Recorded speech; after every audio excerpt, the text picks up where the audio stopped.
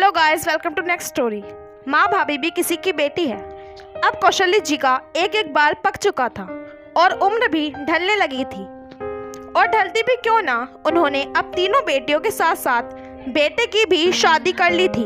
बात उस दिन की है जब उनकी बहू मायके से आई ही थी और साथ में एक प्लाजो कुर्ती का सेट लाई जो उनकी दुबली पतली बहू के ढीला था। साथ ही उनकी मझली बेटी का 7वां महीना लग गया था और कौशल्य जी चाहती थी कि उनकी बेटियां मायके में आ जाएं, जिससे उसे डिलीवरी के समय कोई भी परेशानी ना हो। माँ की जिद को सराखों पर रखकर और भाभी के साथ कुछ वक्त बिताने के लिए रति अपने मायके आ गई। आज रति का 8वां महीना लग गया था।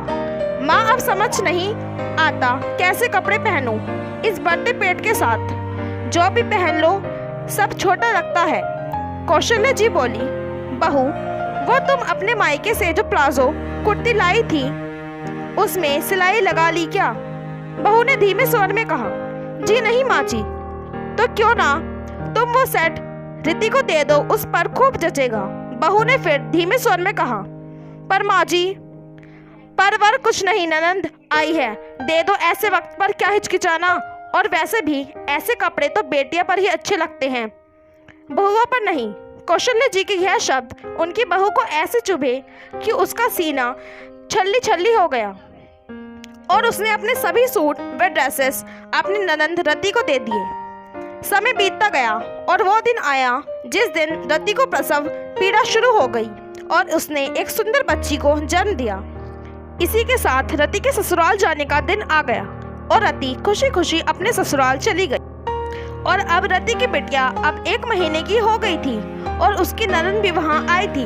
भाभी, यह प्लाजो कुर्ती तो बहुत सुंदर है। रति की ननंद ने कहा। तो क्या हुआ, रति इसे अपनी ननंद को दे दो, रति की सासू माँ ने कहा। तो अब रति ने चुपचाप वो सेट अपनी ननंद को दे दिया। और आज रति को याद आया कि कैसे वो अपनी भाभी की खुशी मारकर वो सेट लाई थी और उसकी भाभी को कैसा लगा होगा। तभी रति ने अपनी माँ को फोन किया और समझाया कि माँ, भाभी भी किसी घर की बेटी है और आपको भी मुझ में और भाभी में कोई भेदभाव नहीं करना चाहिए।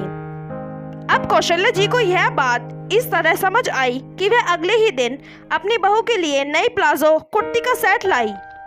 Thanks for watching guys. Video को लाइक कीजिए, शेयर कीजिए एंड चैनल को सब्सक्राइब कीजिए।